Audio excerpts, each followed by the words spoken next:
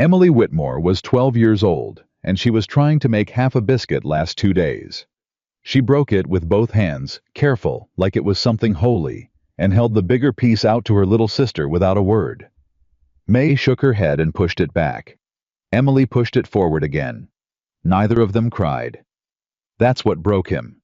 If this story already has your heart, hit subscribe, drop your city in the comments, and let's see how far this one travels. The biscuit wasn't even a full biscuit anymore. It had been dropped once stepped on near the edge, and the piece that survived was small enough to fit inside a child's palm, with room to spare.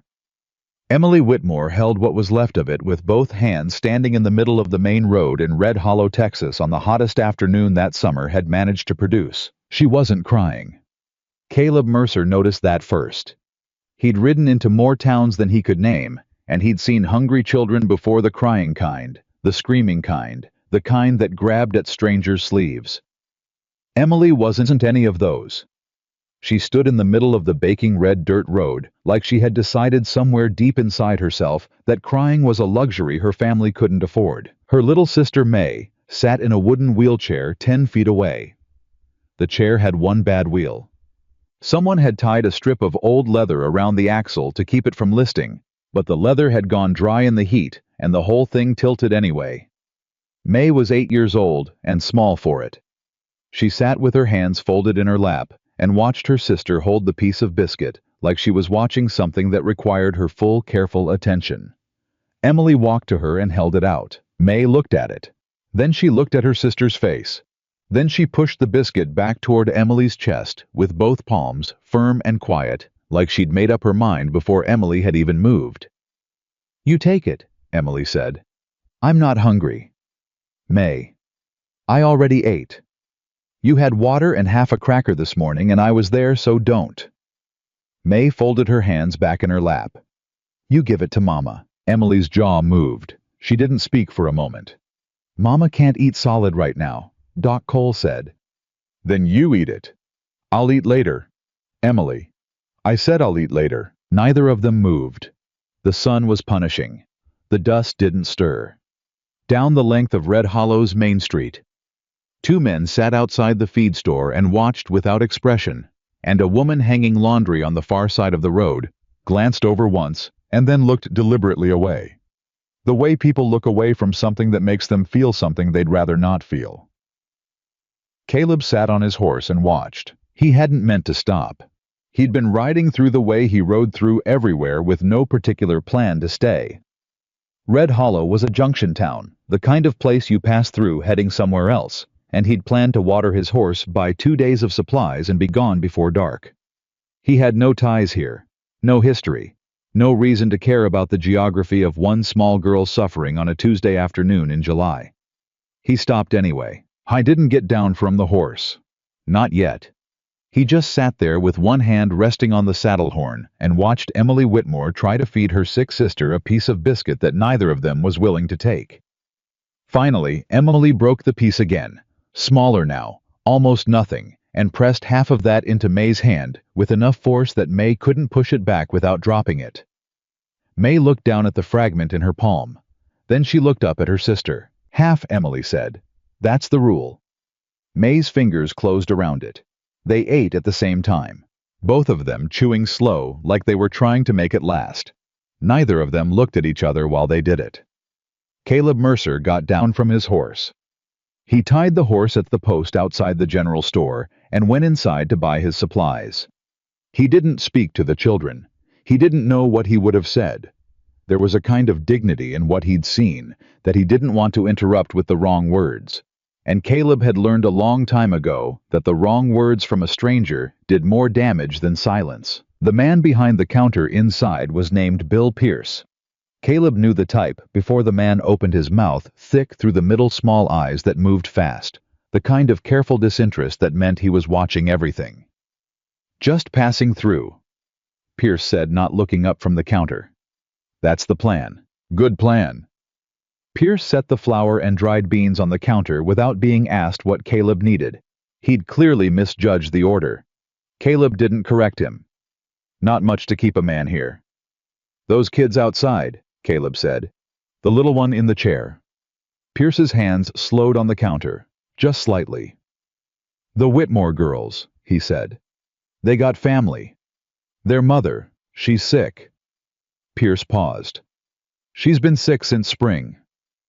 Their father, something moved across Pierce's face. "Construction accident, last year. Tom Reddick's crew out on the Mallory property." Caleb looked at him. "That's a shame," Caleb said. "It is what it is." Pierce pushed the goods across the counter. "You want this or not?" Caleb paid for what he actually needed, which was different from what Pierce had pulled, and didn't press the conversation further.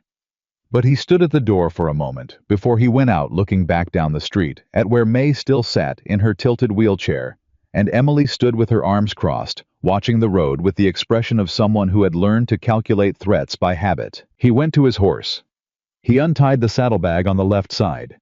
He took out a cloth-wrapped package that held the last of the cornbread he'd made 2 mornings ago and 3 strips of dried beef he'd been saving, and he walked over to Emily Whitmore and held it out without ceremony. Emily looked at the food. Then she looked at him. "We don't take charity," she said. Her voice was flat, not rude, just stating a position that had been established through repeated necessity. "It's not charity," Caleb said. "I bought too much. I can't carry it all on horseback. It'll go bad." Emily held his gaze for a long moment. She was 12 years old, and she had eyes like someone much older, the kind of eyes that had been measuring the intentions of adults for long enough to get good at it. "That's not true," she said. "No," he agreed. "It's not." She stared at him. He stood there and let her. Finally, she reached out and took the package. "Thank you," she said. The words were careful, formal, like she'd been taught them by someone who understood their weight. "How's your mother doing?" he asked. The careful look came back. "Who are you?" "Nobody," he said. "Just passing through." "Then why do you want to know about our mother?" It was a fair question. He didn't have a good answer for it that wasn't the truth, so he told her the truth. "Because I watched you split that biscuit," he said. "And I figured if things are bad enough that you're doing that, they're probably bad in ways people around here aren't helping with." Emily's chin came up a fraction. "People around here don't help with much." "I noticed." She studied him for another long beat. Then she looked back at her sister. May was already eating small, careful bites, chewing slowly the same way Emily had. Something in Emily's expression shifted for just a moment. Something private and exhausted and relieved, before her face went controlled again. "She's at the old repair shop," Emily said, not looking at him. "On the south end. She can't get up anymore. She hasn't been able to get up since last Tuesday." Caleb nodded. "Is there a doctor in this town?" "Dr. Cole, but he stopped coming." A beat. "He says we owe him from before." "How much?" "More than we have." She said it without shame, just fact. "More than we're going to have." Caleb looked down the road toward the south end of town. He could see the edge of the building. She meant a low, wide structure with a sun-bleached sign and a door that didn't sit quite right in its frame. "I'll see what I can do about the doctor," he said. Emily turned to look at him then, full on. The measuring look again, harder now. "Why?" she said. It was the same question she'd asked before, dressed differently. He understood she was asking something real, not just why he was helping, but why she should believe he would follow through. Why he wasn't going to be like every other person in Red Hollow who had made a gesture and then disappeared. "I don't have a good reason," he said. "I just can't get back on that horse yet." Chakai. Dr. Edwin Cole lived above his office on the north side of Main Street. He was a man of about 55, well-fed by the standards of the town, with the kind of careful, deliberate manner that came from years of professional distance. He opened the door at Caleb's knock and looked at him with the flat assessment of a man who had learned to identify trouble by how it presented itself. "I'm not buying anything," Cole said. "Not selling," Caleb said. "Sarah Whitmore, South End. You stopped going." Cole's expression didn't change. "That's a private matter between myself and my patient."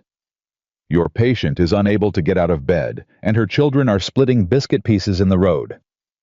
A pause. Cole's jaw shifted. "The account is significantly in arrears." "How much?" Cole named a figure. It wasn't enormous. It was the kind of amount that would have meant nothing to the man who owned the land on the north side of the valley, the man whose name Caleb had already heard twice without asking Victor Mallory, and it meant everything to a widow with 2 children, and no income, and a body that was losing its argument with the summer. Caleb counted out the money from the folded bills in his vest pocket. He held it out. Cole looked at the money, then at Caleb. "Who are you?" "Nobody," Caleb said. "Just someone passing through who made a miscalculation." Cole took the money slowly. "I'll go this afternoon." "You'll go now," Caleb said. It wasn't a request. Cole read his face and reached for his bag. The repair shop had been empty for 3 years. Somebody had nailed boards over the 2 front windows, but the boards had dried and split in the summer heat, and the light came through in long, dusty slabs. Sarah Whitmore lay on a cot pushed against the far wall beneath a window that was too high to look out of. She was 34 years old, and she looked older than that, in the way that very sick people do not aged exactly, but stripped of something like the illness had been taking things that weren't weight, that weren't visible, but that were there when you looked for them. She was awake when Caleb came in with Cole. Her eyes found them immediately sharp, aware none of the fog he'd expected. "Mrs. Whitmore," Cole said, setting his bag down. There was something slightly stiff in his voice, the professional manner of a man who knew he was in the wrong and hadn't quite decided how to inhabit that knowledge. "I'm going to take a listen." "Dr. Cole." Sarah's voice was thin but steady. "You didn't have to come." "Yes, ma'am," Cole said quietly. "I did." She looked past him at Caleb. He'd stepped back near the door far enough to be out of the way close enough that she could see him clearly. "Who is this?" she asked. "He paid your account," Cole said, not looking up from his bag. Sarah looked at Caleb for a long moment. "You don't know us," she said. "No, ma'am." "Then why would you do that?" "Your daughters were outside," he said simply. "I saw them." Something moved behind her eyes. Not pity for herself, nothing like that. More like recognition. Like she understood exactly what he meant and didn't need it explained further, and the understanding of it was something she had to absorb in small pieces. She looked back at the ceiling. "Emily's proud," she said. "I noticed. She gets it from her father." A pause, longer than a breath. He was proud too, stubborn about it, about not asking for help. She stopped. When she spoke again, her voice was careful, like she was lifting something fragile. "He died last September, on the Mallory property." "I heard," Caleb said. "Construction accident." "That's what they called it," Sarah said. Caleb went still. Cole had his stethoscope out and was listening to her chest, and he didn't look up, but something in the set of his shoulders changed the way a man's shoulders change when he hears something he's already heard before and doesn't want to hear again. "That's what they called it," Caleb repeated. Sarah didn't say anything else. She was looking at the ceiling, and her hands were folded over her chest, and she had the expression of a woman who had said the exact amount that she had decided to say on this particular subject on this particular day. Caleb filed it away. Noah Whitmore came in through the back 20 minutes later, while Cole was still examining his mother. He was 14 and big for it, already carrying the particular posture of a boy who had been trying to be the man of a situation that was too large for him. Chin up, shoulders back, eyes that moved to threats before they moved to anything else. He stopped when he saw Caleb. His whole body went watchful. "Who are you?" he said. "Friend of your sister's," Caleb said. Noah looked at Cole, then back at Caleb. "You're the one who paid Cole." "Guilty." "Why?" Caleb looked at the boy. 14 years old with tired eyes and a jaw set hard.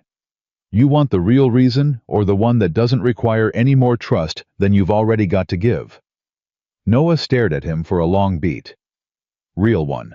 Because I came into this town and I saw your sisters on the road and I couldn't leave," Caleb said. "That's the whole of it. I don't have an angle. I'm not working for anyone. I just couldn't leave." Noah's jaw worked. "Lots of people say things." "I know. Nobody stays." "I know that too. So why should I believe you're different?" Caleb looked at him steadily. "You probably shouldn't yet," he said. Believing something before it's been proved is a good way to get hurt. But I'm still here, and I'd like to stay until your mother's better if you'll let me. I won't ask for anything in return, and I won't tell you what to do. I'll just be here." The boy held his gaze for a long time. Long enough that Caleb could feel the weight of what the boy was measuring. All the months of no one. All the silence of a town that had watched and looked away. All the grief of a family that had been managing the unmanageable on its own since September. "You can sleep in the storeroom," Noah said finally. "Back of the building, there's a cot." "Thank you," Caleb said. Noah nodded once and turned toward his mother's cot. He didn't say anything else. But when he sat down next to her and took her hand, he sat with his back a little less rigid than before.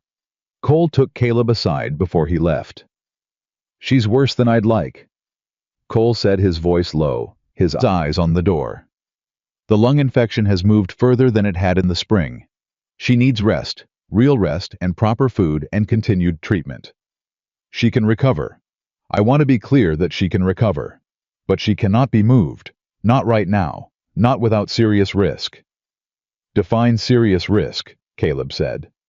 Cole met his eyes. "I mean she could die." Caleb nodded once. "Who knows that?" he asked.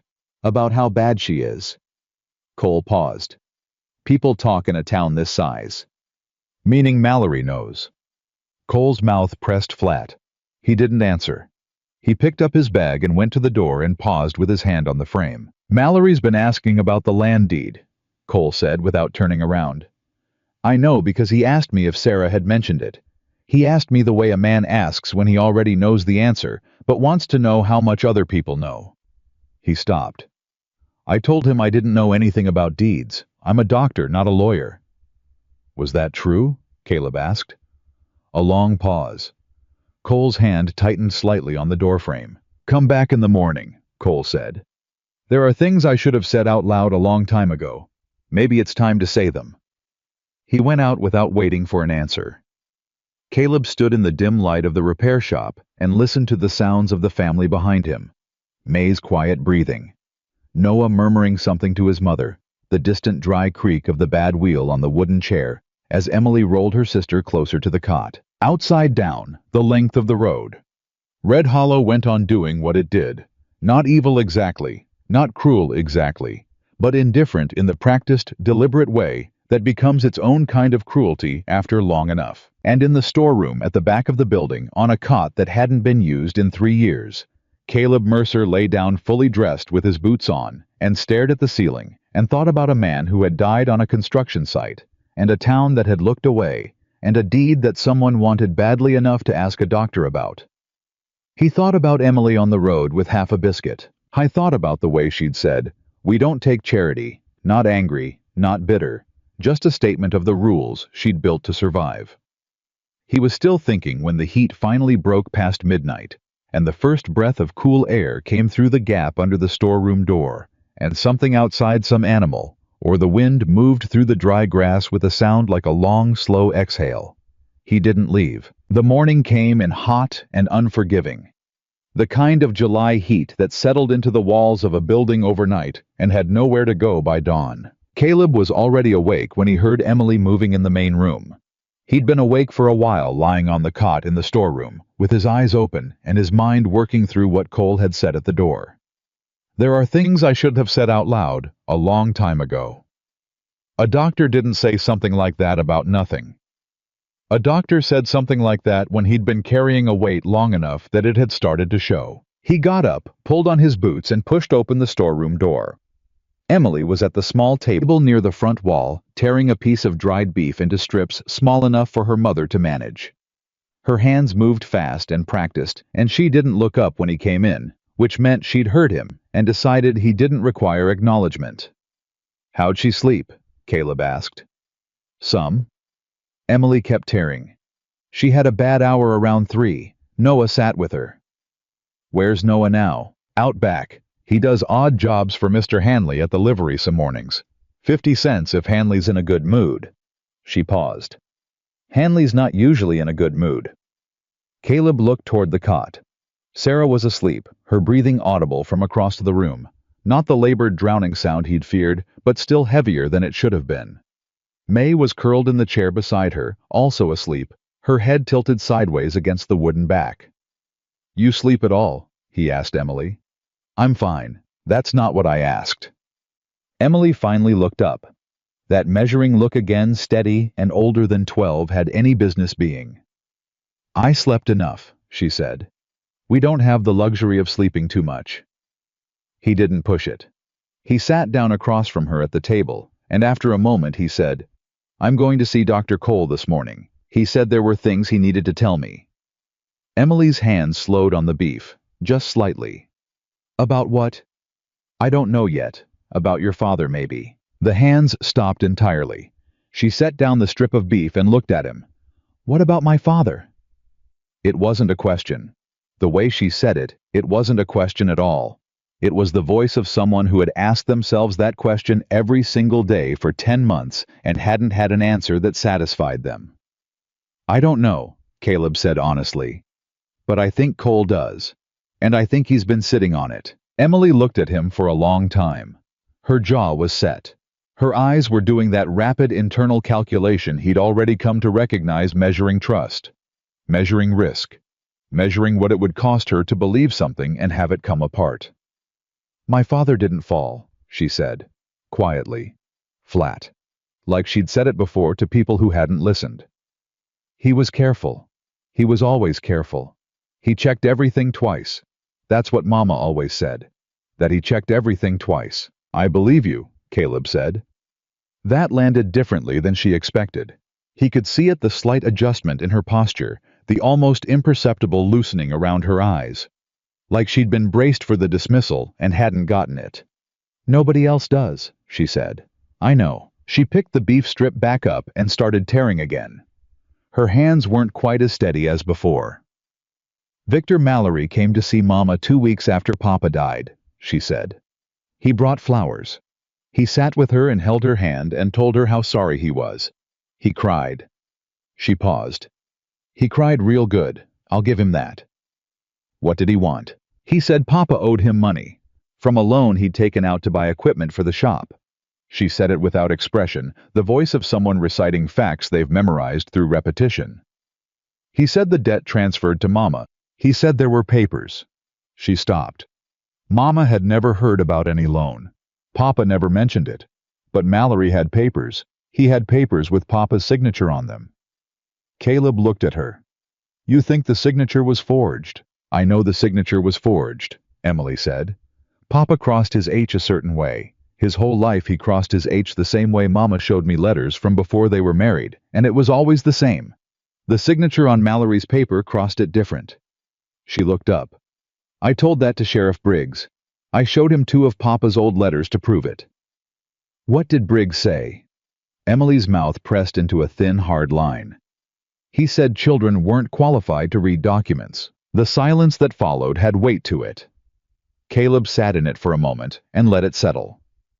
"I'm going to see Cole," he said again. "And then I'm going to come back and tell you what he says. All of it. I won't keep any of it from you." She looked at him. "People keep things from children to protect them." "I know. I'm not going to do that." Another long measurement. Then she nodded, once small, precise, a decision made and committed to. "Okay," she said, and went back to tearing the beef. "Joe." Cole opened the door before Caleb knocked. He'd clearly been watching from the window, which told Caleb everything about the state of the man's nerves. "Come in," Cole said, quickly. He led Caleb into the back room, the examination room cleared of patients, and closed the door. He didn't offer coffee. He didn't make small talk. He went straight to the cabinet along the wall, unlocked it with a key from his vest pocket, and took out a folded envelope. He held it for a moment without speaking. A man building himself up to something. "James Whitmore came into me in August," Cole said. "Last year. Before the accident. Before." He stressed that word. He was worried. He'd found something on the Mallory property paperwork, land surveys records, that didn't match what was on file at the county seat. He thought Mallory was repositioning boundary lines, gradually, on paper in ways that were hard to catch unless you were looking. "Land fraud," Caleb said. Land fraud on a significant scale. Cole's fingers tightened on the envelope. The Whitmore property sits between two parcels that Mallory needs. If he has both sides, he controls the water access for the whole South Valley. James figured that out. He was trying to get evidence together before he went to anyone official, because he knew if he went without proof, Mallory would deny it, and he'd look like a fool. And then he died. 6 weeks after he came to me. Cole looked at the envelope. He left this with me for safekeeping. Said if anything happened to him, I should know what it meant. He held the envelope out. I've been knowing what it means for 10 months, and I've been keeping it in that cabinet. Caleb took the envelope. He didn't open it yet. Why? He said. Cole looked at him. Because Mallory owns the building this office is in, he said. Because my lease is up for renewal in October. Because I have a wife and 2 children in Amarillo that I send money to every month. He stopped. The honesty of it hung in the air between them, ugly and plain. Because I was afraid. And because I told myself James would have wanted me to be careful. But mostly because I was afraid. Caleb looked at him for a moment. Then he opened the envelope. Inside were 3 folded pages. Survey records, hand-annotated in a careful, precise hand. The hand of a man who checked everything twice. 2 of the pages showed property lines with measurements noted in the margins. The third was a different kind of document. A list of names and dates written in the same careful hand. Dates of transactions. Amounts. One of the names on the list was the county land registrar. Caleb read it twice. Slowly. Who else has seen this? He asked. No one. Just me and now you. Tom Reddick, Caleb said, looking at the list. The name was there one transaction 3 months before James Whitmore died. He worked on the Mallory crew. He was there the day of the accident. He was, Cole said. And he left Red Hollow 2 weeks after James died. Came back 6 months ago. He drinks at the saloon most evenings. Cole paused. He doesn't look like a man who sleeps well. Caleb folded the pages back into the envelope. I'm going to hold on to these, he said. Cole nodded like a man who had just set down something very heavy. I'll come by to see Sarah this afternoon. I'll bring more of the tincture. Cole. Caleb looked at him. You said it in the door last night, that it was time to say things out loud. He paused. Are you prepared to say them out loud in front of people who matter, not just to me? Cole's jaw worked. He looked at the window. Outside on the street, someone was passing boots on the boardwalk, unhurried, ordinary. The sounds of a town that didn't know it was sitting on a lie. I don't know yet, Cole said quietly. That's honest, Caleb said. I'll take honest. He didn't go straight back to the repair shop. He went to the saloon. It was early enough that this place was nearly empty.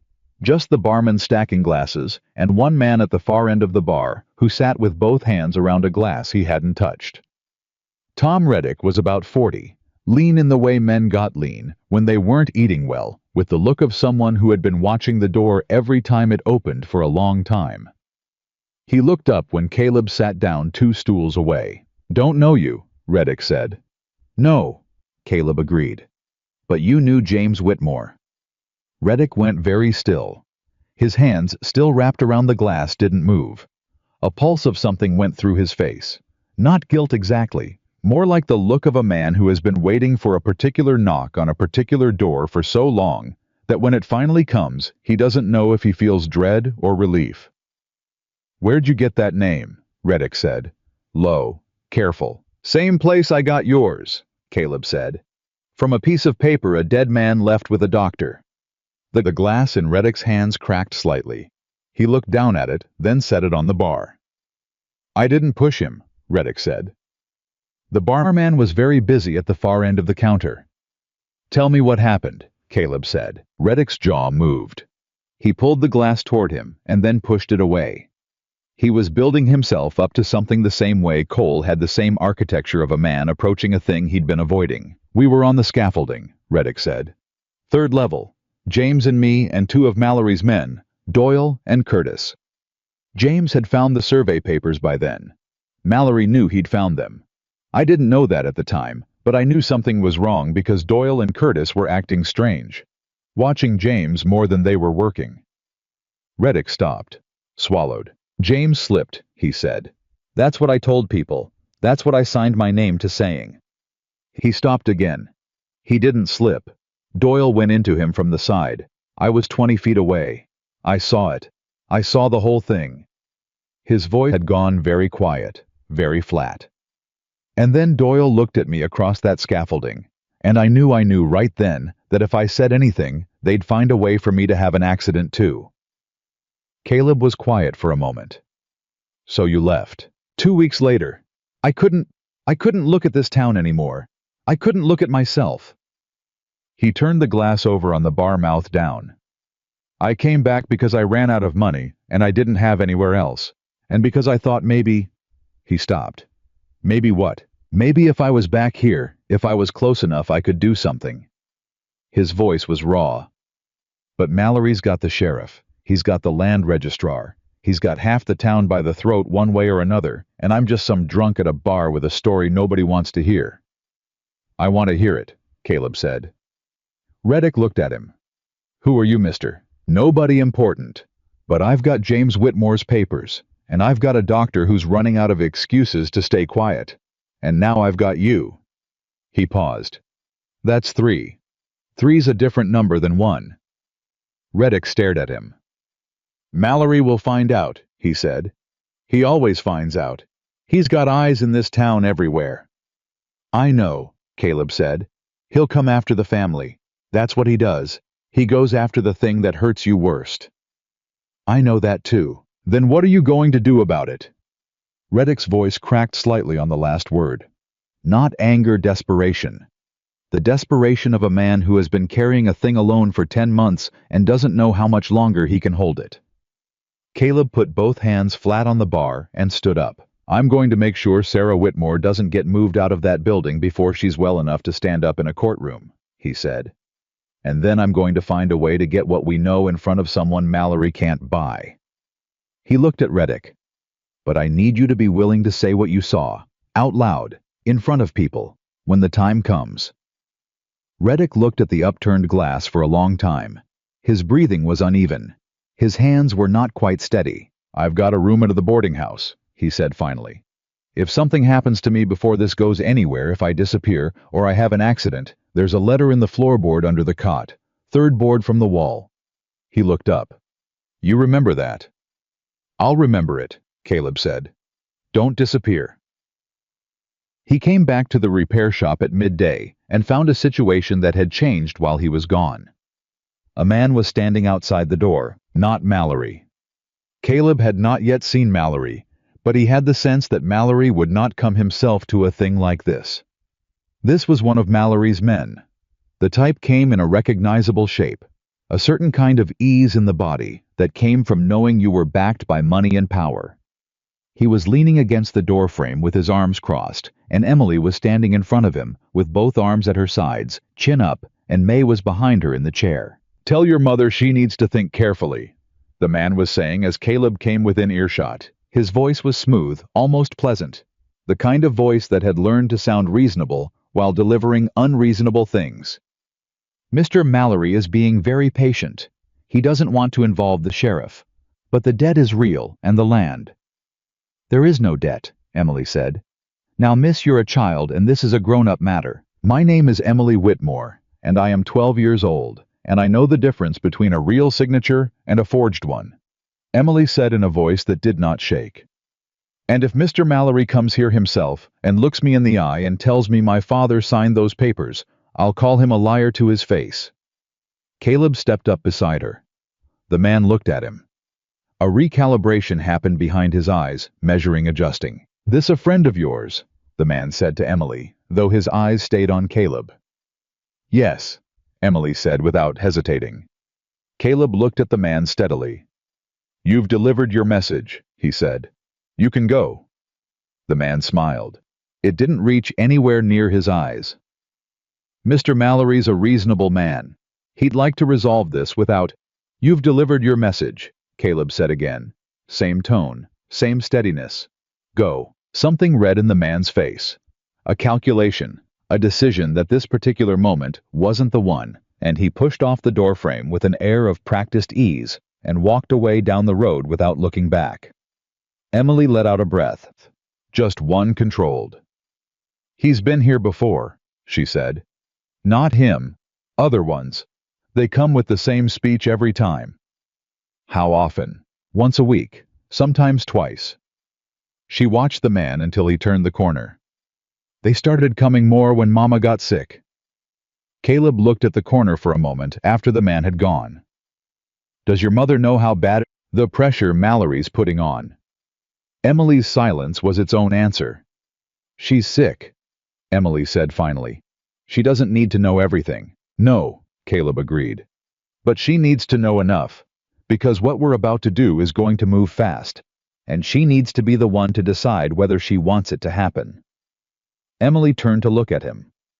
"What are we about to do?" He met her eyes. "Fight back," he said. For the first time since he'd met her, Emily Whitmore smiled. It was small, and it was brief, and it was the most unguarded thing he'd seen from her. Then it was gone, and the careful face was back, and she turned and pushed open the door to let him inside. Sarah was awake and sitting up when he came in, barely with the cot's frame to lean against, but sitting up. It had clearly cost her something. Her face was pale, and the effort was visible in the lines around her eyes, but her gaze was sharp, and she'd combed her hair. And these two things together told Caleb something about the kind of woman she was. "Dr. Cole came," she said. "He told me you'd been to see him." "Yes, ma'am. He told me about the envelope." Her voice was careful even. "About what James left with him." Caleb looked at her. "He told you everything." "He told me enough."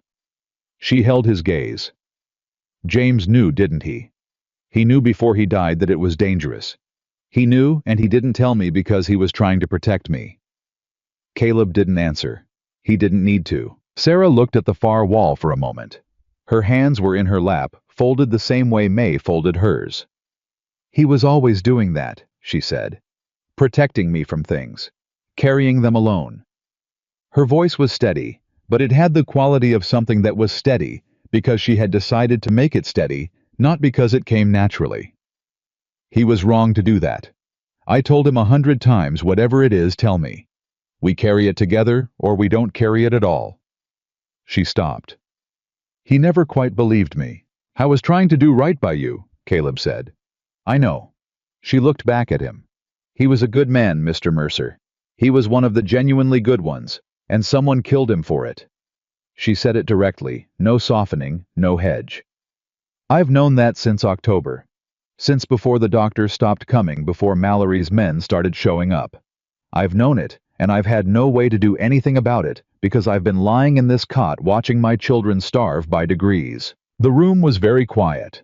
Noah had come in sometime in the last few minutes and was standing near the back wall, and May was awake in her chair, and Emily stood near the door, and all of them were very still in the way of people listening to something important.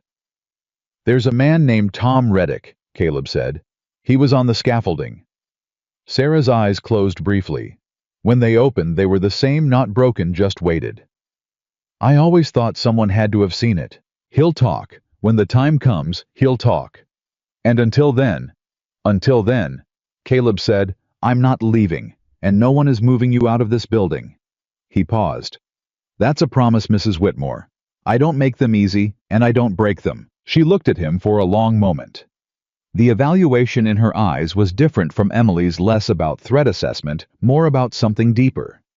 The look of a woman who had been betrayed by the world's indifference long enough to have learned how to read sincerity. "Why?" she asked. Not challenging, genuinely asking. "Your daughter split a biscuit on the road," Caleb said simply. "And nobody in this town moved to help her. I've been a lot of things in my life, Mrs. Whitmore, but I won't be another person who looked away." Sarah held his gaze. Then she nodded once, slow, the nod of a woman committing to a direction. "All right, Mr. Mercer," she said. "Let's fight." From the doorway, Emily made a sound that wasn't quite a word. Caleb glanced back and found her staring at the floor with her jaw tight and her eyes very bright. She didn't wipe them. She just stood there and let the moment pass through her, and then she looked up, and the careful face was back. But it was different now. There was something underneath it that hadn't been there before. Something that looked faintly and carefully like hope. By evening, the town knew a stranger was staying at the Whitmore place. Caleb hadn't tried to hide it, and he hadn't announced it, and the information had spread the way. Information spread in a town like Red Hollow through the feed store, through the barber, through the particular social machinery of a small community that ran on observation and gossip, and the constant low-grade vigilance of people living too close together. He found out it had reached Mallory's ears before sundown, because a second man came, different from the morning's visitor. Older, quieter, with a much more deliberate quality to his ease. He didn't go to the door. He stopped on the road outside and looked at the building for a moment, then looked at Caleb, who was sitting on an upturned crate in front of the entrance, mending a section of harness leather he'd borrowed from the livery. "Mr. Mallory asks if you'd like to join him for supper," the man said. "Tell Mr. Mallory thank you for the invitation," Caleb said. "I've already eaten." "He'd like to talk." "I imagine he would." Caleb set down the leather and looked at the man. "Tell him I'm not hard to find." The man studied him for a moment. "Mr. Mallory's a patient man." "Good for him." Another moment. Then the man turned and walked away. Behind him, through the open door of the repair shop, Caleb heard Noah let out a long, slow breath. "That was Holt," Noah said. "Mallory sends Holt when he's serious." Caleb picked the leather back up. "I know," he said. "You knew, and you said no anyway." "I said no because yes would have told him something he doesn't need to know yet." Caleb pulled the stitch through. "When I'm ready to meet Victor Mallory, I'll go to him on my own terms, not his." He could feel the boy thinking behind him, processing, measuring the same way Emily processed and measured the family quality of it recognizable now. "Mr. Mercer," Noah said. "Caleb." "Caleb." A pause. "Are you scared?" Caleb thought about it honestly. He thought about the envelope in his jacket pocket and the name of a county land registrar on a list and a dead man who had checked everything twice and still hadn't been careful enough. He thought about Reddick at the bar with his upturned glass and Cole with his hand on the doorframe and the long-practiced indifference of an entire town. "Some," he said, "but not enough to stop." Noah was quiet for a moment. Then quietly, "Me neither." Caleb didn't look back. He just nodded and kept pulling the stitch through, and the evening came down over Red Hollow, hot and dry and certain, and somewhere on the north side of town, in a house with real windows and real floors. Victor Mallory sat with his supper and got the message that the stranger had declined, and out front of an old repair shop. A woman breathed through the night with her children around her, and a man who had almost ridden through without stopping sat and mended old leather in the last of the light. The town watched. It always watched. The question was whether this time watching would be enough. Victor Mallory came himself the next morning. Caleb had expected it. When a man like Mallory sent his second best and got turned down, the next move was always to come personally, not because he was angry, but because he needed to take the measure of the obstacle. Men like Mallory didn't get to where they were by losing their tempers over small setbacks. They got there by reading people fast and accurately and knowing which kind of pressure to apply. Caleb was out front again when the buggy pulled up. Mallory stepped down without hurrying. He was 60 or close to it, well built through the chest and shoulders, with the kind of face that had been handsome once and had settled into something more commanding with age. He wore a good suit and a hat that cost more than most men in Red Hollow made in a month, and he walked toward Caleb with his hands loose at his sides and a measured, pleasant expression that had probably never been entirely sincere in his life. "Mr. Mercer," he said, extending a hand. "Victor Mallory. I apologize for not coming sooner." Caleb shook it. Firm brief. "Mr. Mallory." "I wanted to introduce myself properly." Mallory looked at the building, then back at Caleb. The look was brief, but thorough. "I understand you've taken an interest in the Whitmore family." "I have." "Generous of you. They've had a hard year." Mallory's voice carried genuine-sounding sympathy, the kind that had been refined through long practice. "James Whitmore was a decent man. His death was a tragedy." "It was," Caleb said, "which is why I've tried to be patient with the family in the matter of the debt." Mallory tilted his head slightly. I don't enjoy pressing a grieving widow. I want you to know that. But the debt is real, and the land deed does transfer under the terms of the original agreement, and I do have a responsibility to my own business affairs. Caleb looked at him. He let the silence run for just a beat longer than comfortable. What did James Whitmore borrow the money for? He asked. Something moved in Mallory's eyes. Almost nothing. A man less practiced at watching people would have missed it. Equipment, Mallory said. For the repair shop, he wanted to expand. What kind of equipment? A pause, very controlled. I don't recall the specifics. My bookkeeper handles the details. Your bookkeeper would have records then. Of course. Good, Caleb said pleasantly. I'd like to see them. The pleasant expression on Mallory's face didn't change. But something behind it went very still, the way water goes still right before it drops. You're not a lawyer, Mr. Mercer. No, sir, I'm not. Then on what basis? On the basis that I'm a man asking a question, Caleb said. You've got nothing to hide. The records will clear the whole thing up, and Sarah Whitmore can settle the matter through proper channels. He paused. Unless there's a reason the records are hard to produce. Mallory looked at him. The pleasantness was still in place, the same way paint stayed on old wood on the surface holding. I can see you're a man who asks direct questions, he said. I respect that.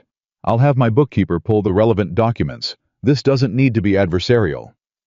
I agree completely, Caleb said. Mallory nodded once the nod of a man filing something away for later. I hope you enjoy your stay in Red Hollow, he said with exactly the right amount of warmth. If you need anything while you're here, please let me know. He turned, climbed back into the buggy, and drove away without another look. Caleb watched him go. Noah was at his shoulder. He's going to move faster now, Noah said quietly. Yes, Caleb said. He is. I was right about that.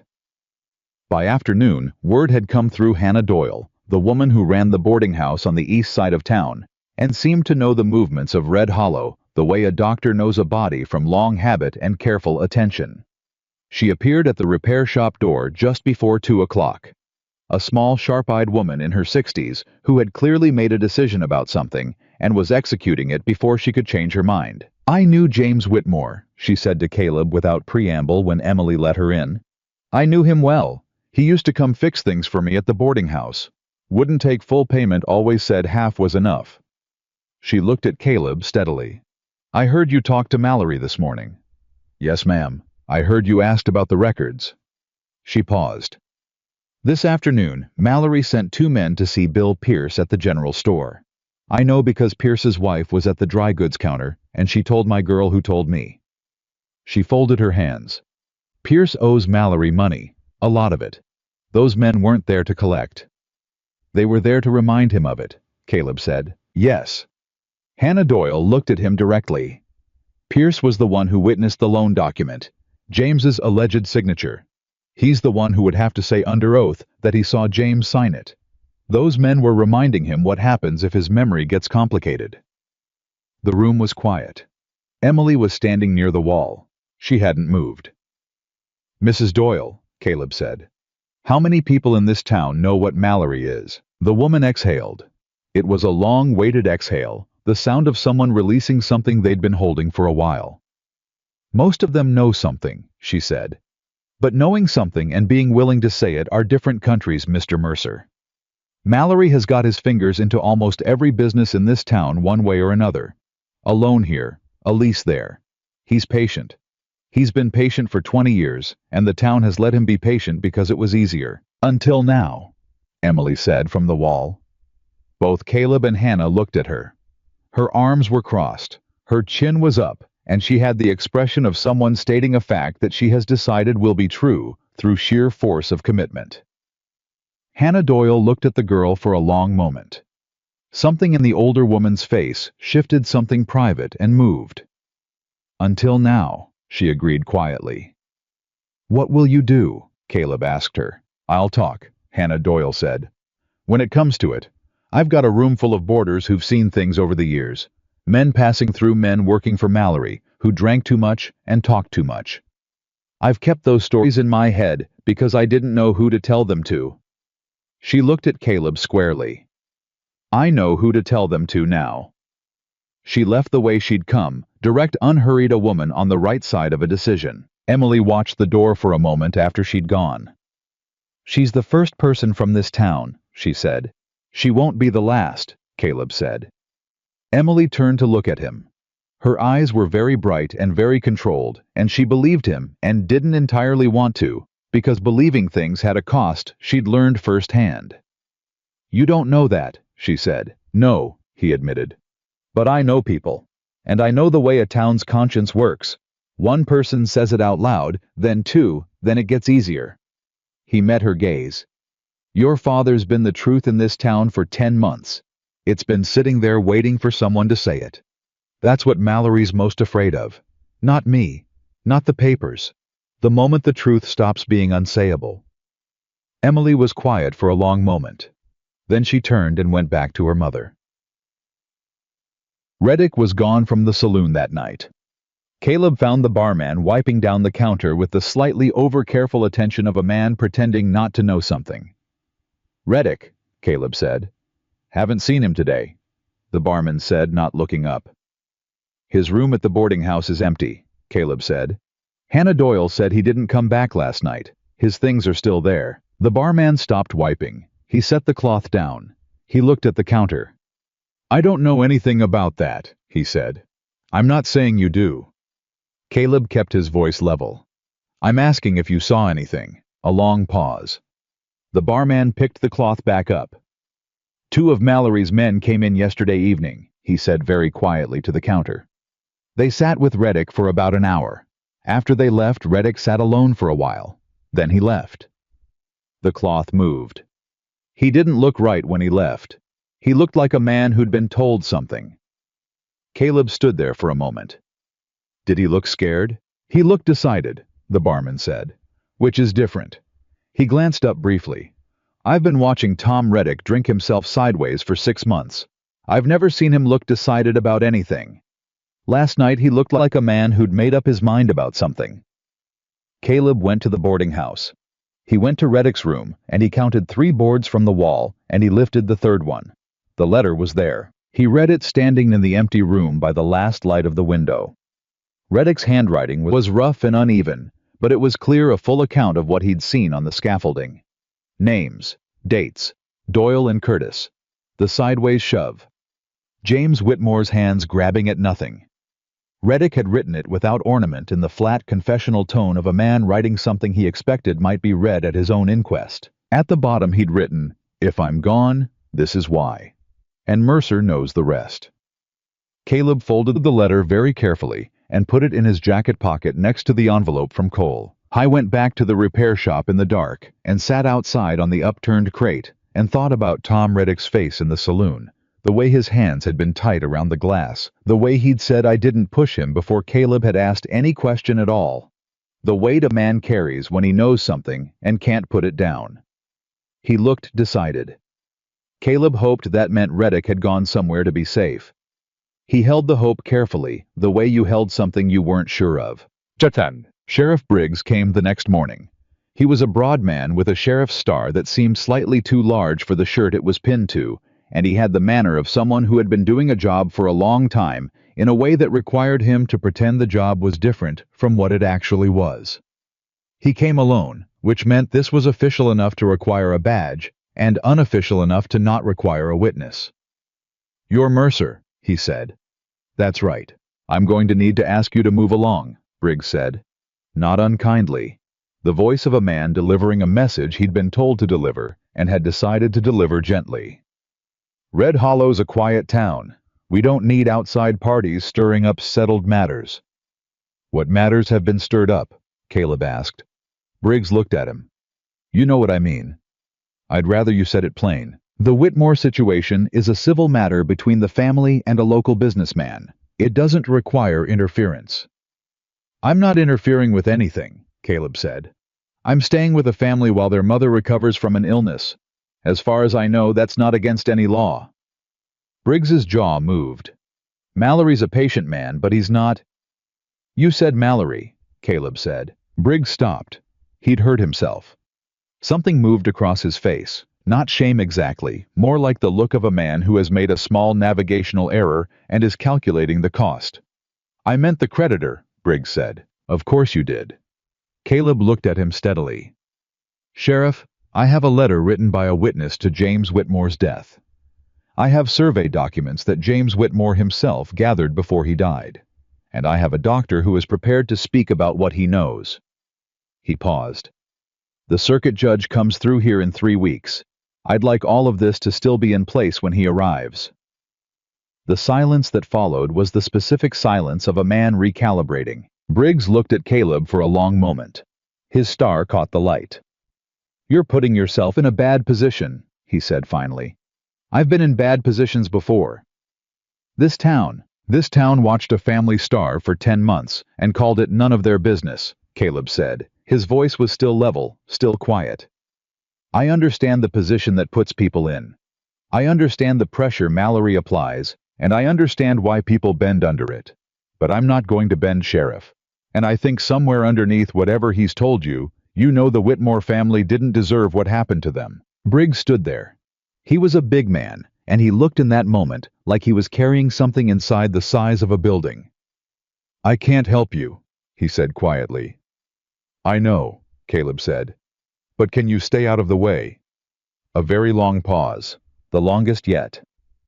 "I've got rounds to do," Briggs said finally, and turned and walked back down the road. It wasn't a yes, but it wasn't a no either. The twist came from the last direction Caleb had expected. Emily found it. She'd been going through her father's things, the box under the cot that Sarah had kept but never opened because it hurt too much. The box of papers and receipts and small records that James Whitmore had kept with the careful, systematic attention of a man who checked everything twice. Sarah had finally told her to look through it that morning, with the quiet authority of a woman who had decided that lying still and protecting her children from difficult things was no longer a luxury she could afford. Emily came to Caleb with a piece of paper in her hand, and her face was very controlled and very white. "There's a copy," she said. Caleb looked at her. "A copy of what?" "The deed." She held the paper out. Her hand was steady. "Papa made a copy of the original deed and hid it in the bottom of the box, under the lining." She swallowed. "It's dated 4 years ago. It has the original property lines. It's notarized by a judge in Amarillo." Her voice didn't shake. "The deed Mallory's been claiming supersedes it was filed 18 months ago, 14 months after this one." Caleb took the paper. He read it carefully the way he'd read James's survey notes. His pulse was steady, and his thinking was clear, and he knew the way a man knows certain things with his whole body, that he was looking at the document that changed everything. "This is the original deed," he said. "Yes." "This means the document Mallory has is fraudulent on its face. The property never transferred." "Yes."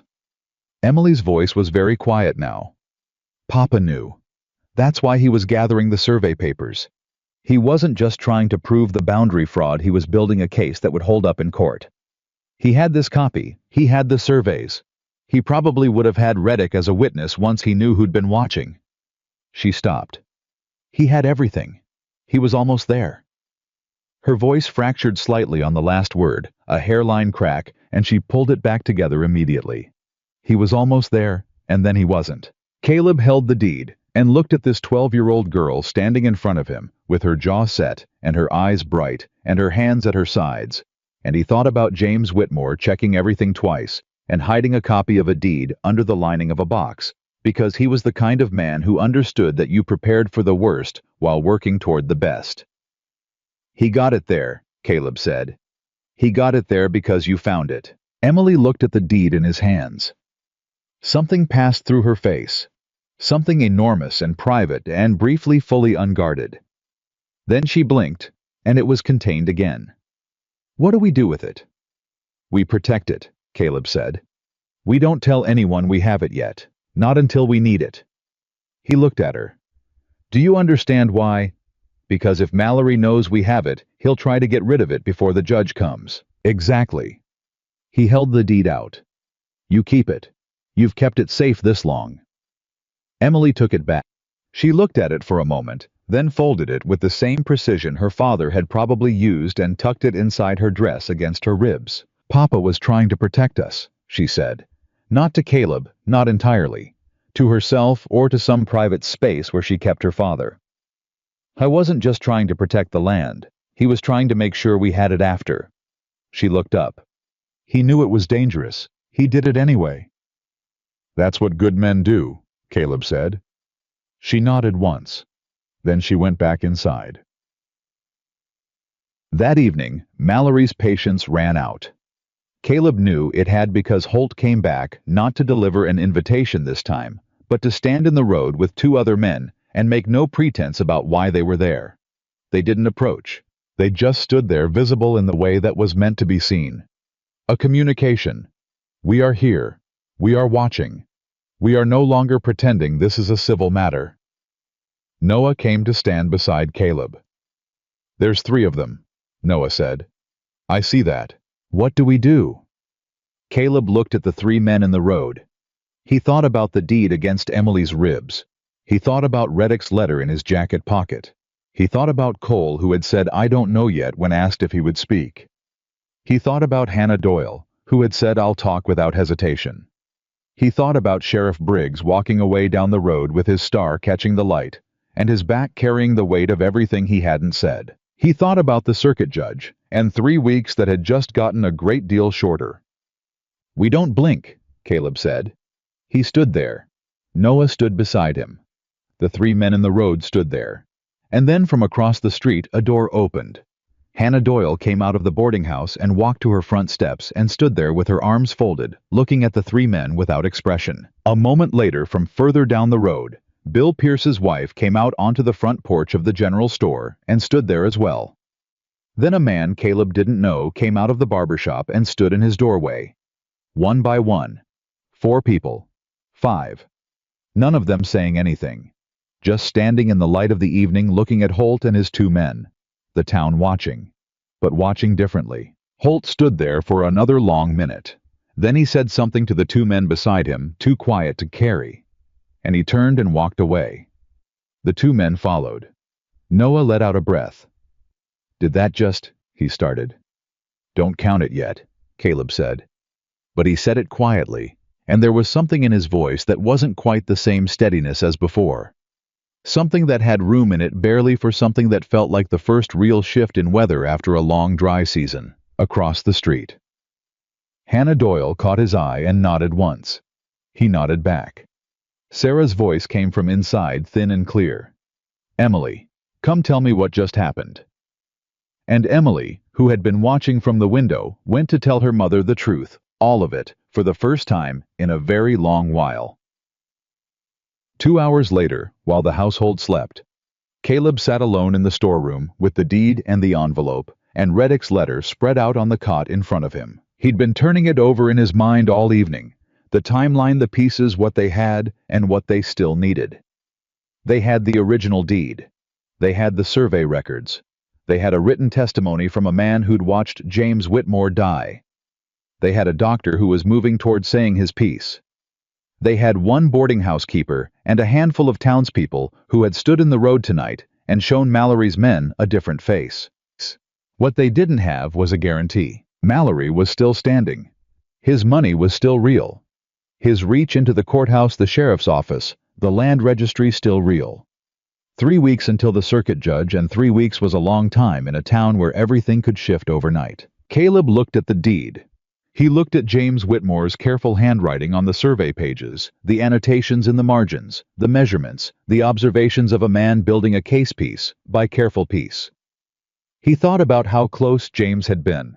How close and how alone. He picked up the deed and held it. He wasn't alone. Outside in the main room. May had woken up, and Emily was talking to her in a low voice.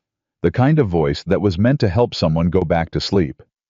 He could hear the murmur of it through the storeroom wall, not words, just tone. The sound of a sister taking care. Caleb lay back on the cot and stared at the ceiling. Tomorrow, Mallory would try something different. Something bigger. Because the men standing in the road had changed the calculation, and Mallory would know it, and men like Mallory didn't absorb changed calculations quietly. Whatever came next was going to come fast. He was ready for it, or close enough to it that the difference didn't matter yet. They came at midnight. Caleb heard them before he saw them. The particular sound of horses moving with deliberate quiet. The kind of quiet that took effort, which meant it was intentional, which meant it was planned. He was off the cot and had his boots on before the first rider reached the road outside. He opened the storeroom door, and Noah was already up standing in the middle of the main room, with his jaw set and his eyes moving to Caleb immediately.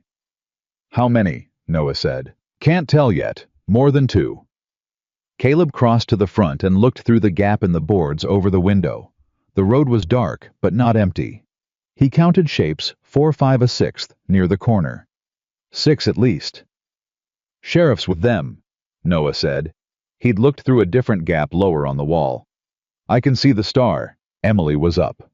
She was standing near her mother's cot, with one hand on the frame and the other holding something against her chest that Caleb recognized as the deed. She'd slept with it. He'd suspected she would. May was awake in her, very still, watching the door, with the particular stillness of a child who had learned that stillness was sometimes the safest response. Sarah was awake and sitting up. Her breathing was audible, but her eyes were sharp, and she had the expression of a woman who had been half expecting this and had been using the waiting time to decide exactly who she intended to be when it arrived. "Mrs. Whitmore," Caleb said, "you stay on that cot. No matter what happens, you don't get up. Dr. Cole made that clear." "I heard Dr. Cole," Sarah said. "Then you heard the part where he said moving you right now is a serious risk." "I heard that part too." Her voice was steady. "Go to the door, Mr. Mercer." He went to the door. He opened it before they knocked. That mattered. It said he wasn't hiding, wasn't startled, wasn't anything other than a man who had been expecting this and had made his preparations. Holt was in front. Briggs was beside him, slightly behind, in the specific body language of a man who was present but working hard to be as unpresent as possible. Behind them were 5 others. Mallory's men, not the sheriff's, no badge among them. Mallory himself was not there. Of course he wasn't. "Mercer," Holt said. "We have a lawful eviction order, signed by Judge Callow this afternoon. The Whitmore family has 48 hours to vacate the premises." Caleb stood in the doorway and looked at the paper Holt held out. He didn't take it. He read it from where he stood, which was close enough. Judge Callow, County Court. The signature was real. He'd heard Callow's name twice now in connection with the list in James Whitmore's papers. "Judge Callow is on Mallory's payroll," Caleb said. Holt's expression didn't change. "That's a serious accusation. It's in a document James Whitmore put together before he died. His name is on a list of payments, dates, and amounts." Caleb looked at Holt directly. "You know this order is fraudulent. Every man standing behind you knows it." A silence. Briggs shifted his weight. The movement was small and involuntary, and it said everything. "The order is lawful and signed," Holt said. "We're here to serve it." "You're here at midnight," Caleb said. "Lawful evictions happen in daylight. The order doesn't specify. There is a woman inside this building who will die if she is moved." Caleb's voice was still level, still quiet, with the particular quality of quiet that is not the absence of force, but its controlled application. "Dr. Edwin Cole examined her 2 days ago and said it plainly. Moving her is a serious risk to her life. You put her on a wagon tonight in her condition, you may be serving an eviction order, and you may be killing a woman, both at the same time." Holt looked at him. Something moved in the man's face that he didn't entirely suppress, a brief crack in the professional smoothness there and gone. "That's not our responsibility." "No," Caleb said. "It's yours, Sheriff." Briggs went very still. Every man in that road looked at the sheriff. The moment had the quality of a held breath, the whole scene suspended on what Briggs did next. "Sheriff," Caleb said, "you told me 2 days ago you couldn't help. I accepted that. I'm not asking you to help. I'm asking you whether you are prepared to stand in front of a circuit judge in 3 weeks and explain why you served a midnight eviction order on a dying woman at the direction of the man who owns half this town." Briggs didn't move. "The circuit judge," Caleb said, is going to hear about James Whitmore. He's going to see the original deed. He's going to read a written testimony from a witness who was on that scaffolding. He's going to hear from Dr. Cole. He paused.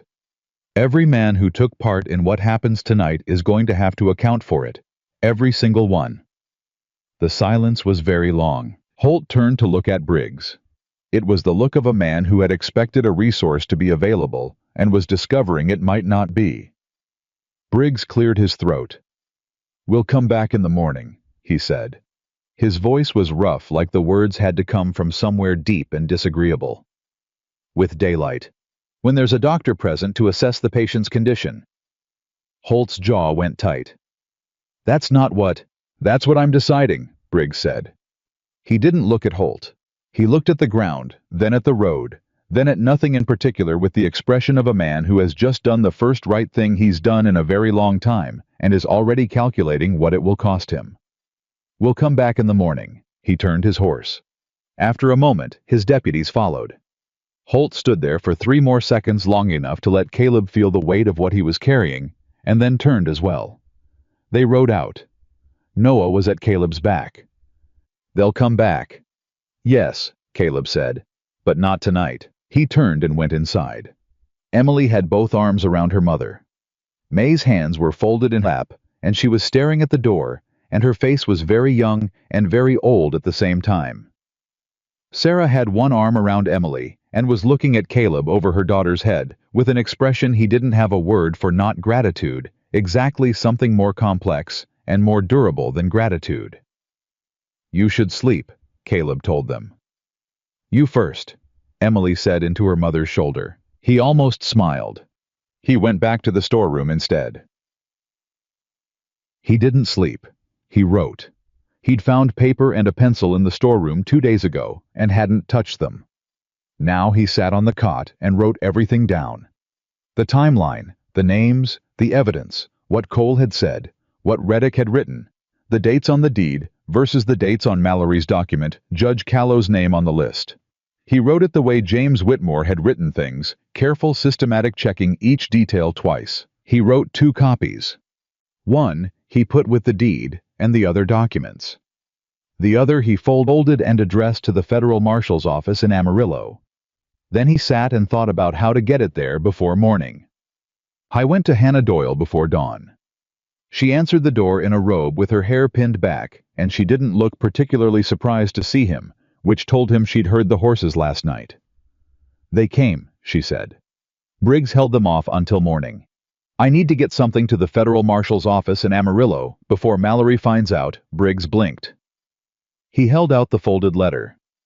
"Is there anyone you trust to ride hard?" Hannah looked at the letter, then at his face.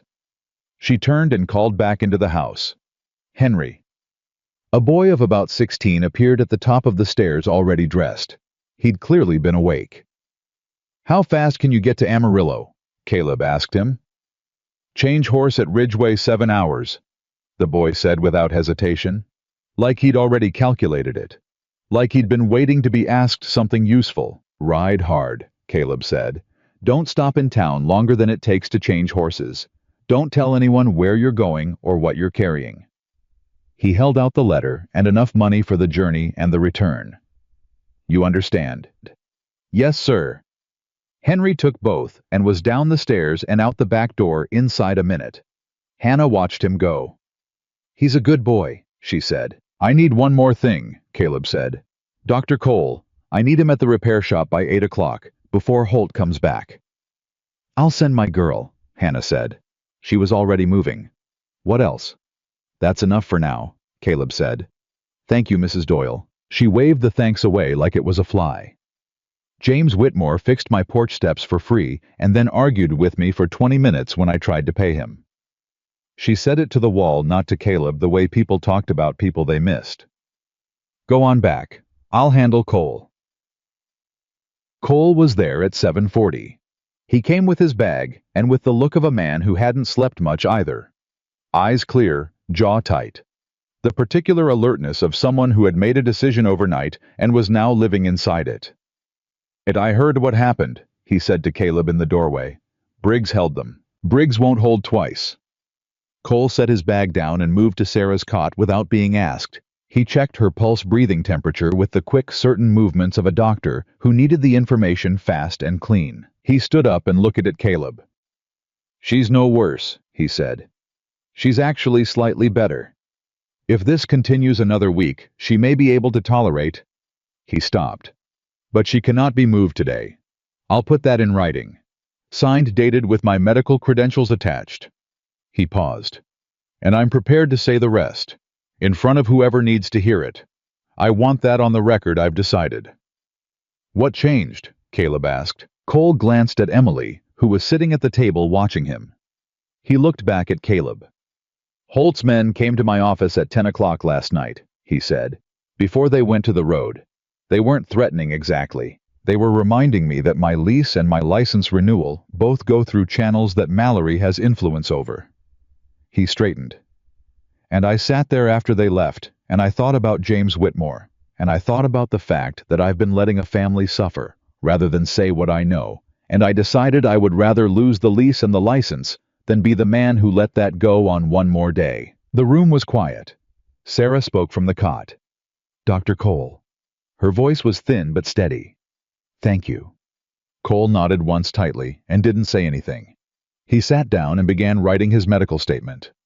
Holt came at 9. He came with Briggs and 4 men, and this time there was a second paper, not just the eviction order, but a supplementary document. And when Caleb read it in the doorway, he understood what Mallory had done overnight. The supplementary document alleged that Caleb Mercer was illegally occupying the property and creating a public disturbance.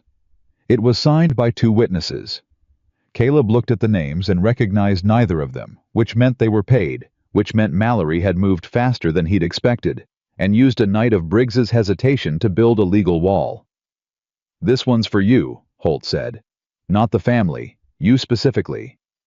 "I see that," Caleb said. "If you vacate voluntarily, the family gets the full 48 hours guaranteed under the first order. And if I don't, then you're removed by law and the family's order accelerates to 12 hours. It was clean. It was exactly the kind of pressure Mallory applied, not crude, not violent on the surface, just a set of legal mechanisms tightening like a fist. Give up the man protecting them and buy the family 2 days. Make him stay and sacrifice the time. Caleb looked at Holt for a long moment. Then he looked at Briggs. Briggs was looking at the road. He had the expression of a man who was being very specifically somewhere else in his head. "Give me 5 minutes, Caleb said. Holt looked surprised by the compliance. 5 minutes, he said. Caleb went inside and closed the door. Emily was standing in the middle of the room. She'd heard it all. Her face was white and set, and both her arms were crossed over her chest over the deed, and she looked like she'd been carved from the same dry red rock as the Texas ground outside. "Don't," she said. "Emily, don't you dare leave," she said. Her voice didn't shake, which somehow made it worse. "Don't you dare stand out there and decide to sacrifice yourself because you think it helps us. It doesn't help us. You're the only one who knows all of it, the papers and Reddick and Cole and all of it. If you leave, we don't have anyone who can put it together." "I'm not leaving," Caleb said. She stopped. The set of her jaw stayed hard, but her eyes shifted. "What?" "I said I'm not leaving." He looked at her. "I'm going to go back out there and tell Holt no, and then we're going to see what Mallory does next. But I need you to do something." "What?" "I need you to take May and go to Hannah Doyle's, right now before anything else happens. You take the deed and the documents with you, and you don't come back until I send Noah for you." "I'm not leaving, Mama. Your mother can't be moved, which means they're not taking her anywhere today regardless. Cole's written statement makes that clear. But if those papers are in this building when Mallory's men come inside, they'll disappear." He looked at her steadily. "You know that." Emily looked at him. She looked at her mother. Sarah gave a small firm nod from the cot, not asking her, telling her. The nod of a mother who had made a calculation. Emily went to May. She took the handles of the chair. She looked back at Caleb once, and the look held everything. She wasn't saying, the fear, the fury, the trust that she had given him, and was now testing itself against the hardest moment yet. "You better still be here when I get back," she said. I'll be here, he said. She pushed May through the back and was gone. I went back to the door. No, he said to Holt. Holt's face went flat. Then the 12-hour order. Takes effect when a doctor certifies the patient can be safely moved, Caleb said. Dr. Cole is inside right now, and his written statement says she cannot. You want to test that in front of the circuit judge, that's your business. Holt looked at him. The smooth professional patience was wearing thin now, not gone, but visibly thinner, like cloth that had been pulled too many times. You're making this worse for yourself, Holt said. I expect I am, Caleb agreed. Mallory has resources you don't. He does. He has half this town in one pocket and the courthouse in the other, and he has been operating in this county for 20 years without anyone successfully standing against him. I know that too, Caleb said. Then what exactly do you think you're doing? Caleb looked at him. I'm buying time, he said simply. That's all. Just time. Holt stared at him for a moment. Then he turned and said something to his men in a low voice, and they moved not toward the building, but fanning out slightly, positioning a statement. We are not leaving. We will be here. Tonight, Holt said. We'll be back tonight. I'll be here, Caleb said. Holt rode off with 2 men. 2 stayed. They posted themselves across the road where they were clearly visible and settled in with the patience of men being paid to wait. Caleb went back inside. Cole was finishing his statement. Noah was standing near his mother's cot, one hand on the back of a chair, and he looked at Caleb with a question on his face that wasn't quite a question. They're watching the building, Caleb said. For how long? Noah asked. Until tonight, maybe before. And then, Caleb sat down. He looked at the ceiling for a moment, the cracked plaster, the dry wood. He thought about Henry riding hard toward Amarillo. He thought about the circuit judge 3 weeks out. He thought about the stack of evidence at Hannah Doyle's in Emily's arms. He thought about Tom Reddick wherever he was, and the letter that said Mercer knows the rest. He thought about James Whitmore, who had gathered all the pieces and almost made it. Almost. Then we find out what this town is made of, he said. The real thing. Underneath everything, Mallory's built on top of it. He looked at Noah. People stood in that road 2 nights ago. They didn't have to. They did it anyway. Noah was quiet for a moment. Then, will it be enough? Caleb looked at the door. Outside, 2 men sat in the road and watched, paid by a man who had owned this town for 20 years through debt and fear and the patient application of power to every joint and seam of the community until it moved the way he wanted it to move. I don't know yet, he said. But I know this, your father almost got there alone. He wasn't alone anymore when he died. He left the pieces behind. He met Noah's eyes. We're going to finish what he started. Noah looked at his mother. Sarah was watching her son with an expression that had grief in it and pride in it in equal measure, and her hand found his across the distance of the cot, and he took it. The 2 men across the road settled in. The heat came down like a hammer, and somewhere in the walls of Red Hollow, like water, finding a crack. Something that had been still for 10 months was beginning very slowly to move. Henry came back from Amarillo in 6 hours and 40 minutes. Caleb heard the horse before he saw it, hard riding, the sound of an animal that had been pushed and was still being pushed. And then the boy was at the door, dusty from the road and breathing hard and holding an envelope that had a federal seal on it. They were already coming, Henry said. Marshal Harding.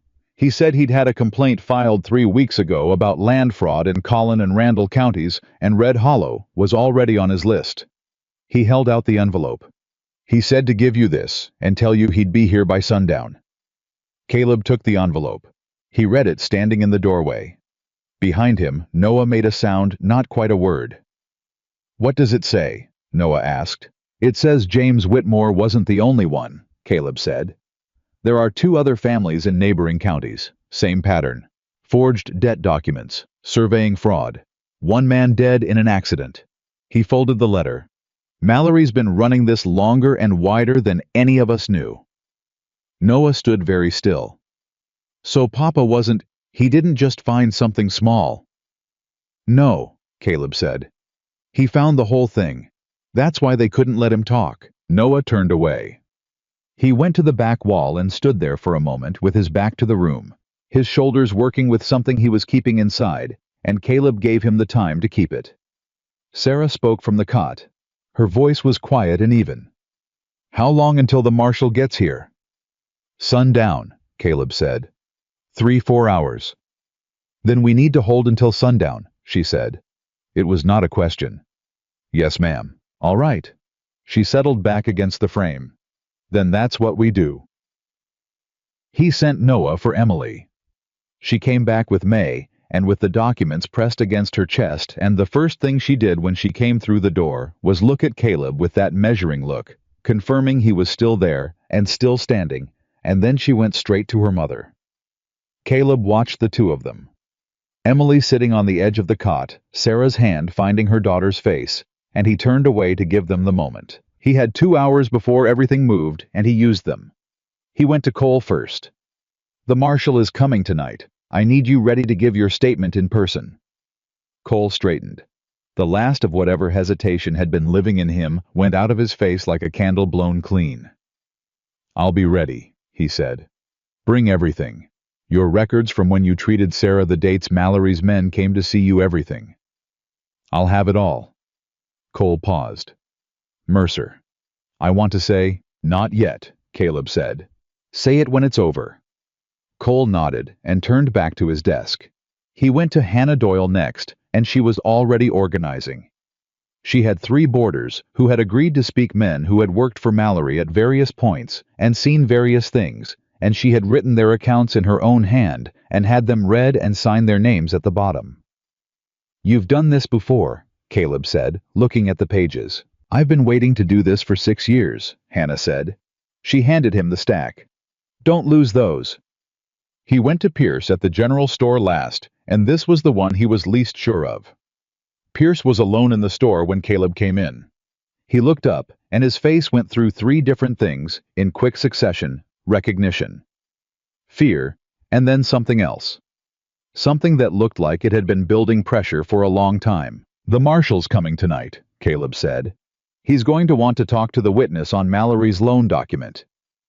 Pierce's hands went flat on the counter. "I know what you signed," Caleb said.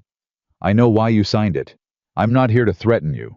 I'm here because a dead man's family has been living in a broken-down building for 10 months, and you are the one person in this town who can confirm in your own words that the signature on that document was not James Whitmore's." "Mallory will destroy me," Pierce said. "Mallory is going to have a federal marshal going through his records by tomorrow morning," Caleb said. "Whatever hold he has on you right now is worth considerably less than it was yesterday." Pierce stared at the counter. His jaw worked. "I have a family," he said. "So did James Whitmore," Caleb said. "Not hard, just plain." The silence lasted a long time. Pierce's hands were pressed so flat against the counter that his knuckles had gone white. "I knew the signature was wrong," Pierce said, very quietly, like a confession that had been waiting behind a locked door for 10 months. "I knew it the day I signed as witness. Mallory told me it was a formality, that James had already agreed verbally, and the written signature would come later. He said—" Pierce stopped. "He said a lot of things, and I needed the lease renewed."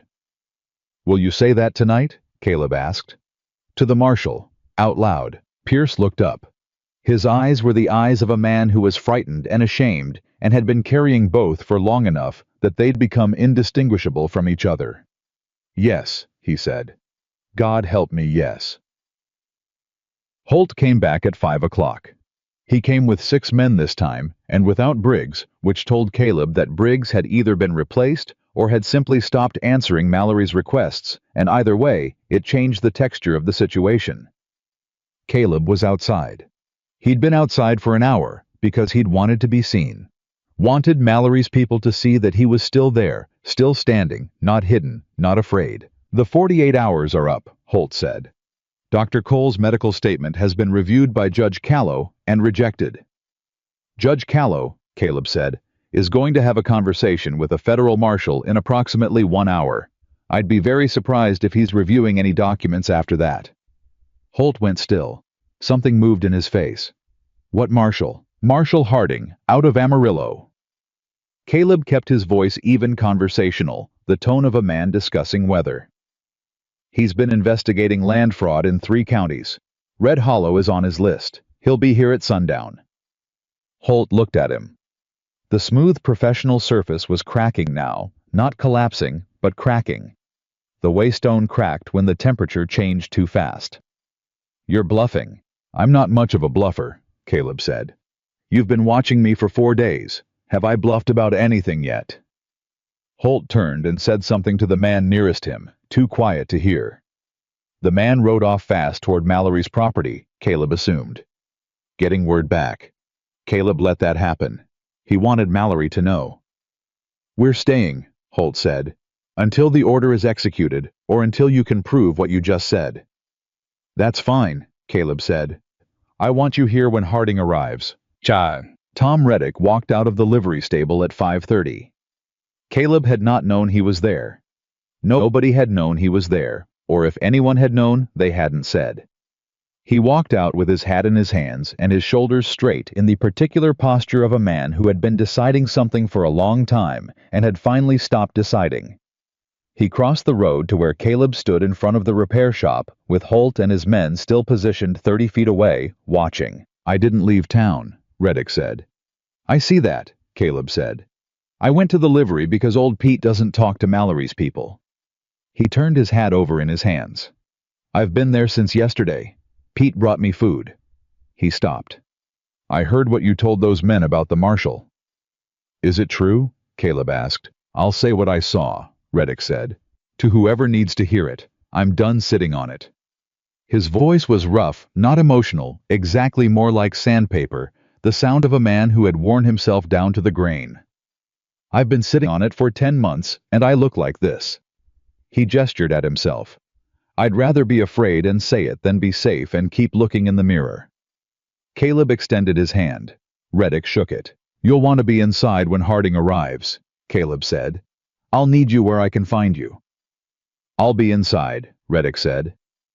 He turned and went into the repair shop, and Caleb heard Emily's voice from within a sharp, sudden intake of sound that wasn't quite words, and then quiet. Marshal Harding arrived at 6:45, 20 minutes before sundown.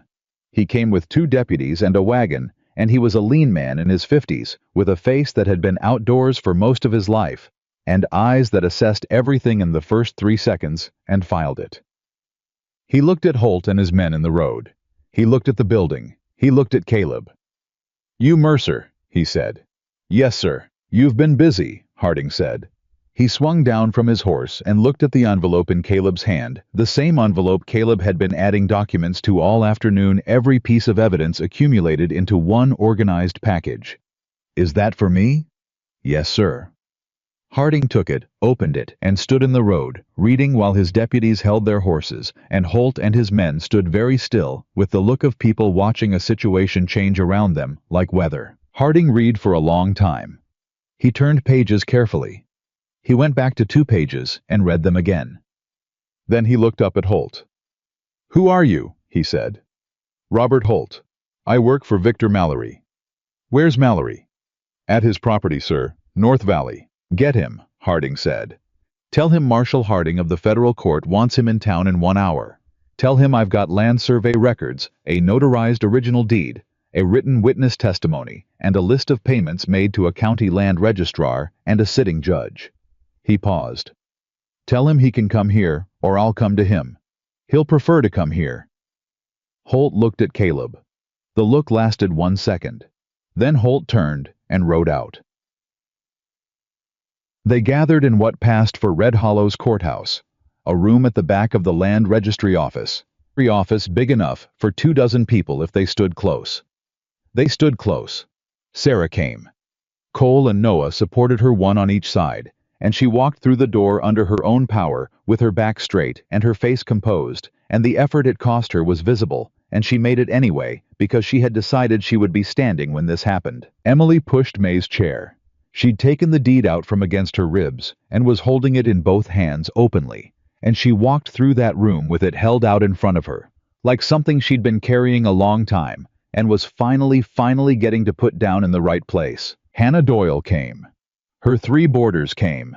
Bill Pierce came pale and tight-jawed and present. Dr. Cole had his folder of documents. Reddick stood against the wall with his hat in his hands and his eyes on the floor and his body language that of a man doing the hardest thing he'd done in his life.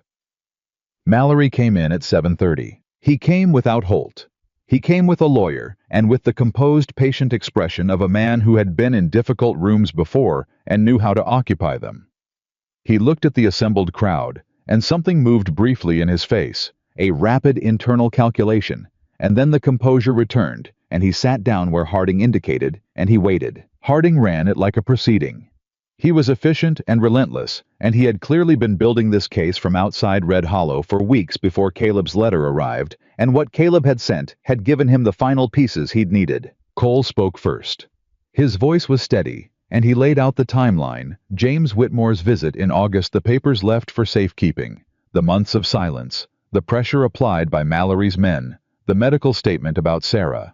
He didn't editorialize. He stated facts. Each fact landed in the room like a stone. Pierce spoke next. He was visibly shaking, and his voice broke once, and he kept going. He said he had witnessed a document knowing the signature was not authentic. He said he had been told by Victor Mallory that it was a formality. He said he had renewed his lease the following week. He said it all, and then he sat down and stared at his hands. Reddick spoke last, and the room was very quiet when he did. He described the scaffolding. He described the position of the men.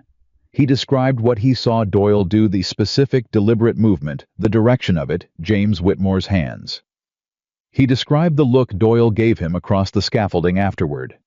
He described leaving town 2 weeks later. He said it in the flat, exhausted voice of a man who had been saying it to himself in the dark for 10 months and was finally saying it to the right people. When he finished, there was a silence in the room that had a different quality from all the other silences. It was the silence of something that had been unsayable becoming said. Irreversible. Real. Mallory's lawyer leaned toward his client and said something. Mallory looked straight ahead. His composure was still in place, but it had gone rigid, the difference between something flexible and something that was holding, because it had no other option. Emily stepped forward. She walked to Marshall Harding's table and placed the deed on it with both hands. She didn't say anything. She just placed it there and stepped back. Harding looked at it. He looked at the date. He looked at Mallory's document beside it. The comparison took about 4 seconds. "Mr. Mallory," Harding said, "this original deed is dated 4 years ago and notarized by a circuit judge in Amarillo. Your debt and transfer document is dated 18 months ago. Under federal property law, the original deed supersedes any subsequent claim, and the subsequent claim, given the evidence presented here tonight, appears to be fraudulent." He set both documents down. "I'm placing you under arrest for land fraud, falsification of legal documents, and conspiracy in connection with the death of James Whitmore." Mallory stood up. He didn't run. He didn't shout. He did something more revealing.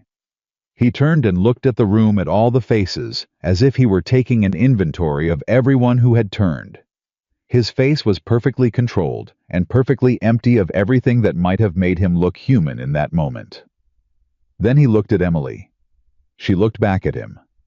12 years old, straight spine, both hands at her sides. She didn't look away. He looked away first. Harding's deputies moved. The room emptied slowly. The way rooms emptied after something large had happened. People needing air, needing to be outside, needing the ordinary world to confirm itself around them again. Caleb stood near the wall and watched them go. Hannah Doyle passed him and squeezed his arm once without speaking. Pierce stopped in the doorway and looked back at Caleb and nodded a nod that carried something, an acknowledgement, a weight. Caleb nodded back. Reddick stopped beside him. "It doesn't bring him back," Reddick said. "No," Caleb said. "It doesn't. But it's something." "It's something," Caleb agreed. Reddick put his hat on and walked out into the evening. Sarah was sitting on a bench outside with Cole on one side and Noah on the other when Caleb found her. Emily was beside her with May's chair pulled close, and the 5 of them were together in the quiet way of people who had been through something and didn't need to talk about it immediately. Sarah looked up when he approached. "Sit down, Mr. Mercer," she said. He sat. They were quiet for a while. The town moved around them. People going home, lamps coming on in windows, the ordinary machinery of a summer evening in a small Texas town that had just had something very large move through it. "Emily told me what you said to her," Sarah said eventually. "The morning of the first day, when she tried to refuse the food." "What did she tell you?" I said. "That you said it wasn't charity because you'd bought too much." A pause. "And when she told you that wasn't true, you agreed with her." "That's accurate," Caleb said. "And then you stayed anyway." Sarah looked at him. "You didn't have to." "No, ma'am, but you did." She was quiet for a moment. "James would have liked you," she said. "He would have liked you very much. He trusted people who told the truth about small things because he thought it meant they'd tell the truth about the big things too." She stopped. "He was right about that." Caleb didn't say anything. He sat with it. Emily spoke from beside her mother. She didn't look at Caleb. She looked straight ahead, and her voice was very careful and very deliberate. The voice of someone saying something they've measured thoroughly before committing to. "My father didn't fall," she said. "And now everybody knows it." She stopped. "And the land is ours. And Mama's going to get better." She stopped again. "Thank you," she said, "for not riding through." He sat with that too. May reached across from her chair and put her small hand on Caleb's arm and left it there, and he let it stay. 3 weeks later, Sarah Whitmore walked out of the repair shop on her own feet. She stood in the road where her daughter had stood with half a biscuit on the hottest Tuesday in July, and she stood there in the morning light and breathed the summer air and looked at the town that had turned imperfectly and late and still with more to answer for, but had turned nonetheless. Marshal Harding had come and gone twice. Judge Callow had been removed from the bench. The county land registrar had resigned and been charged. Mallory was in federal custody in Amarillo awaiting trial, and his lawyer had stopped returning messages, which told Caleb something about how the lawyer read the odds. Reddick had moved into the boarding house and taken a job at the livery. He wasn't done carrying what he carried, but he was carrying it differently now, upright in the light where it could be seen. Hannah Doyle had made it her business to ensure he ate regularly in the brisk, non-sentimental way that was her particular form of kindness. Briggs had resigned the sheriff's position and was replaced 2 weeks later by a man who had ridden in from Lubbock younger with a record of service that Harding had personally vetted. Cole went on treating patients. He treated Sarah more, until the day she didn't need treating anymore, and he refused payment, and she argued with him about it for 20 minutes, and he told her the account was already clear and always had been. Caleb stayed. I didn't announce it. He didn't make a speech about it. He simply did not leave. He fixed the wheel on May's chair properly with the right hardware so it ran straight. He repaired the door frame of the repair shop so it sat true in its casement. He helped Noah haul materials to start work on the front room. One evening, Sarah found him mending harness leather on the front step. The same posture she'd heard described from the night Holt first came, and she sat down beside him, and they were quiet together for a while. "You could have a real shop," she said. "This building. Noah says you know how to work metal." "I know enough," Caleb said. "There's no blacksmith between here and the county line." She said it evenly matter-of-fact, as if she were discussing weather or road conditions. A man who could work metal would have more work than he could handle in a town this size. Caleb kept pulling the stitch through. "I expect that's true," he said. "Is that a yes?" He looked at her. She was looking at him with the same directness she'd looked at everything, clear-eyed, unhurried. A woman who had faced the worst thing and come through it, and was now prepared to face whatever came next with both hands open. "That's a yes," he said. She nodded once the way she nodded when a decision was made and didn't require further discussion. Then she went back inside. Emily appeared in the doorway a moment later. She looked at Caleb. He looked at her. "She asked you to stay," Emily said.